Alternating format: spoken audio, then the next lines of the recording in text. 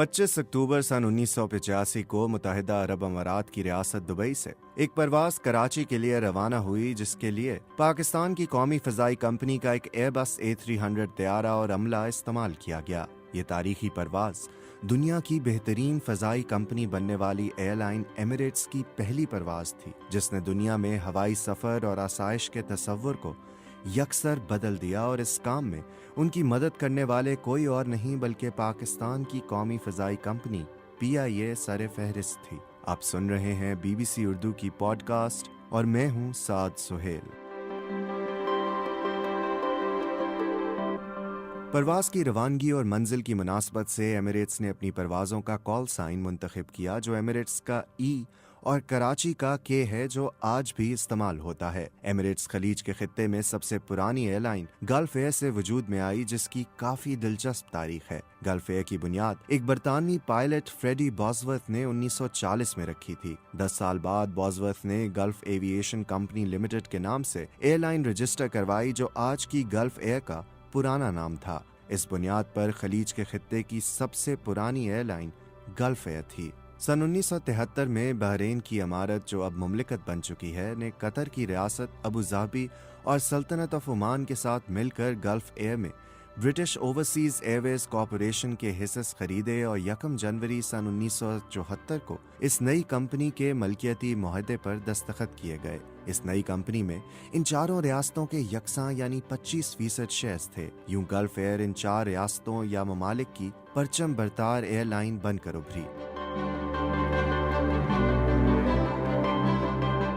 1980 की दिहाई के इब्तदाई बरसों से ही Gulf Air Pakistan International Airline के साथ सींग फंसा बैठी थी, जिसकी वजह मशरिक़ वुस्ता में काम करने वाले पाकिस्तानी थे।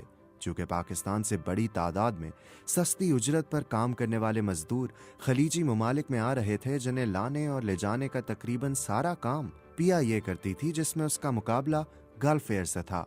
दुबई के मौजूदा हुक्मरान शेख मोहम्मद बिन राशिद अल मकतूम ने दुबई एयरपोर्ट के लिए ओपन स्काई पॉलिसी रखी, जिसका मतलब ये था कि कोई भी एयरलाइन जितनी मर्जी चाहे परवाजें दुबई के लिए चला सकती थी, जिसका पूरा फायदा PIA उठाती थी। चूंकि गल्फ एयर की ख्वाहिश थी कि वो पाकिस्तान के लिए अपनी परवाज़ों में इजाफा करे, इसलिए उसने पाकिस्तानी हुकूमत पर इस मकसद के लिए दबाव डालना शुरू किया, जिसे पाकिस्तानी हुकूमत ने PIA के तहफ़्फ़ुज़ के लिए मुस्तरद कर दिया।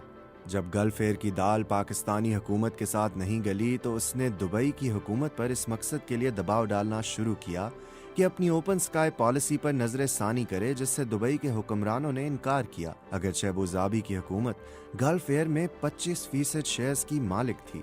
जब यहाँ भी बात ना बनी, तो गल्फ एयर ने दुबई की हुकूमत को सबक सिखाने के लिए दुबई के लिए अपनी परवाज़ों की तादाद में नुमाया कमी कर दी। जहाँ गल्फ एयर दुबई के लिए इन दिनों हफ्तावार 84 परवाजें चलाती थी, वहीं उनमें निस्फ से भी ज्यादा परवाजें बंद करके हफ्तावार परवाजें 39 कर दी गईं।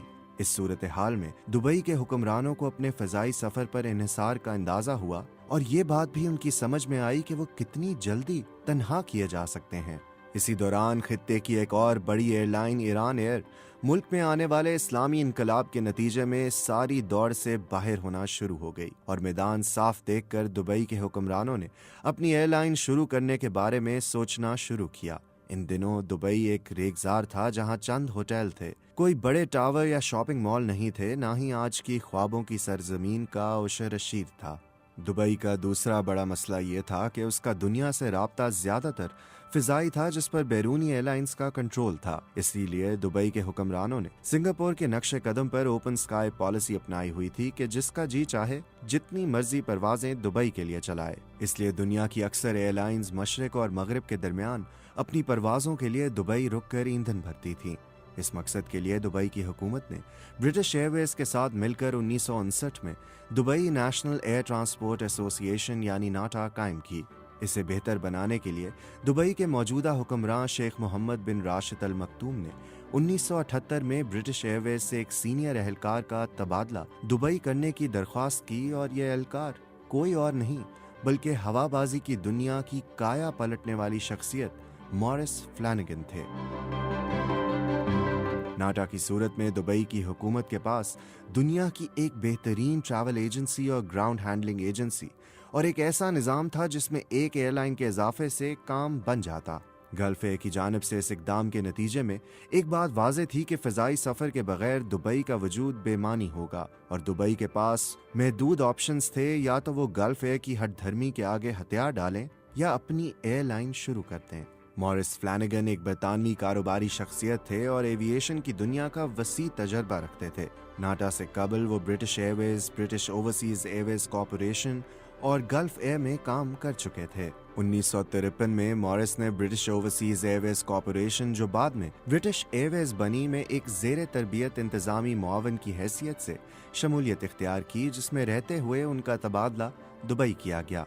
मॉरिस ने जल्द ही दुबई के हुक्मरानों का एतमाद हासिल किया और जब गल्फ एयर वाला बहरान पैदा हुआ तो शेख मोहम्मद बिन राशिद ने मॉरिस को 1984 में $1 करोड़ और 10 अफराद की एक टीम दी, जिसने खामोशी से एक एयरलाइन का बिजनेस प्लान तैयार किया। इस टीम में एमिरेट्स के मौजूदा सदर टिम क्लार्क भी शामिल थे। टिम क्लार्क इस मौके को याद करते हुए कहते हैं कि बिजनेस प्लान हाथ से लिखा गया था, जिसके 10 नुकात थे और ये आज भी मेरे दराज के निचले हिस्से में मौजूद हैं। एमिरेट्स की मौजूदा सीनियर इंतजामिया की अक्सरियत की तरबियत मॉरिस ने की, हत्ता कि एमिरेट्स ग्रुप के चेयरमैन शेख अहमद बिन सईद अल मखतूम भी शामिल हैं, जो मौजूदा हुक्मरान के चचा हैं। मॉरिस की मदद के लिए टीम में दुबई के हुक्मरान खानदान से नौजवान शेख अहमद बिन सईद अल मखतूम को शामिल किया गया, जो कि एयरलाइन के चेयरमैन और सरबराह बनाए गए और अब तक हैं। इस खित्ते की जदीद और बड़ी एयरलाइंस में से एक पाकिस्तान इंटरनेशनल एयरलाइन थी और मॉरिस नाटा की निस्बत से पीआईए और पाकिस्तान से वाकिफ थे, इसलिए उन्होंने कराची का रुख किया।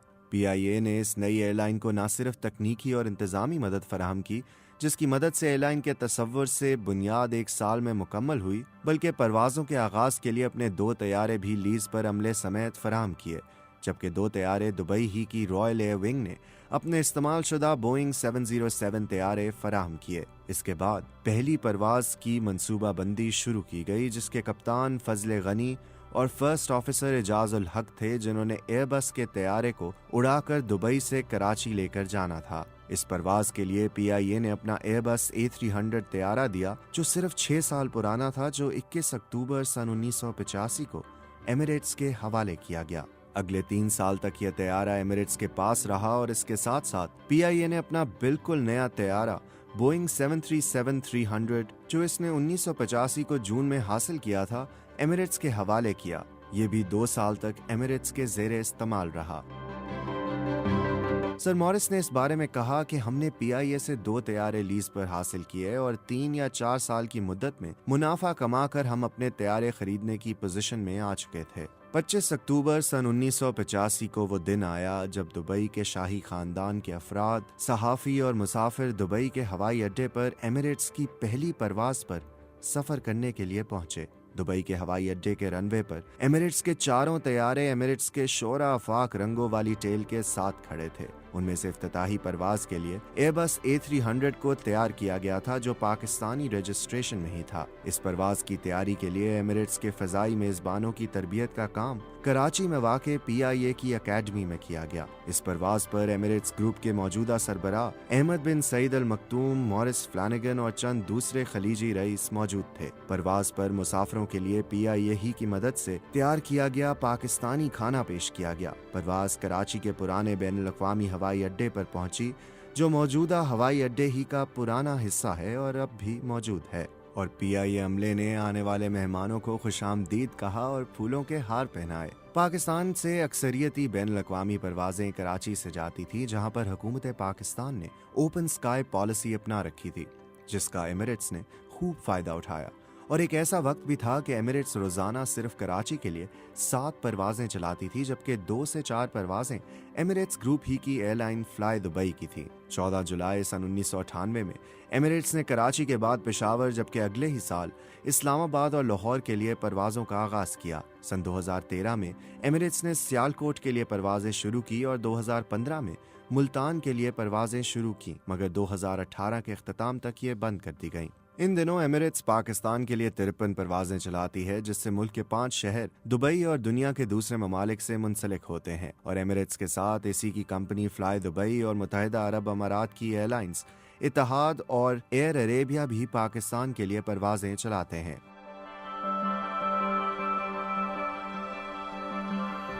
गल्फ के खित्ते के लिए मॉरिस फ्लैनेगन मसीहा बनकर आए थे, जिन्होंने इस खित्ते और हवाबाजी की दुनिया ही बदल कर रख दी। जहां एमिरेट्स ने गल्फ की इजारादारी को तोड़ा, वहीं उसके साबिक हिस्सेदारों में से कतर, अबू धाबी और ओमान ने अपनी अपनी एयरलाइंस शुरू की और यूं गल्फ एयर उनके सामने सिमटते सिमटते एक बहुत ही छोटी एयरलाइन बन गई। मगर सबसे ज्यादा बदकिस्मती PIA के हिस्से में आई और PIA के बुरे दिनों का आगाज एमिरेट्स के अच्छे दिनों के साथ ही हो गया। 1985 के बाद से PIA के हालात वाज़े तौर पर बिगड़ते गए और हालत यहाँ तक पहुँच गई कि कराची, जहाँ की ट्रैफिक के लिए गल्फ एयर के साथ सारा तनाज़ा खड़ा हुआ था, वो PIA और गल्फ दोनों के हाथ से निकल गया।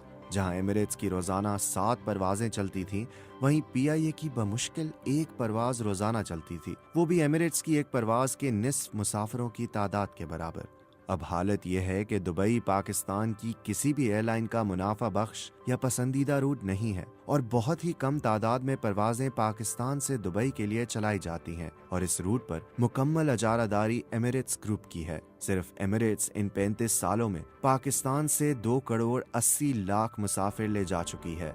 PIA बजाय सीखने और तजदीद और इस्लाहात पर अमल करने के बहरानों का शिकार होती रही। सबसे अहम बात यह है कि एमिरेट्स ने जिस इंतजामिया के साथ एयरलाइन शुरू की थी, वो लोग आज भी एयरलाइन चला रहे हैं। इस दौरान PIA के दर्जनों की तादाद में सरबराह आए और गए और इन सब के साथ पॉलिसी बदलती रही।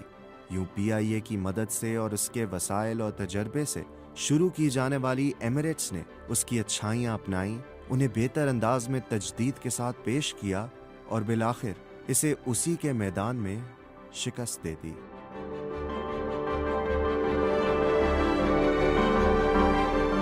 इस पॉडकास्ट की स्क्रिप्ट के मुसन्निफ हैं सहाफ़ी ताहिर इमरान, जिनका तहरीर करदा आर्टिकल पढ़ने के लिए आप विजिट कर सकते हैं bbcurdu.com।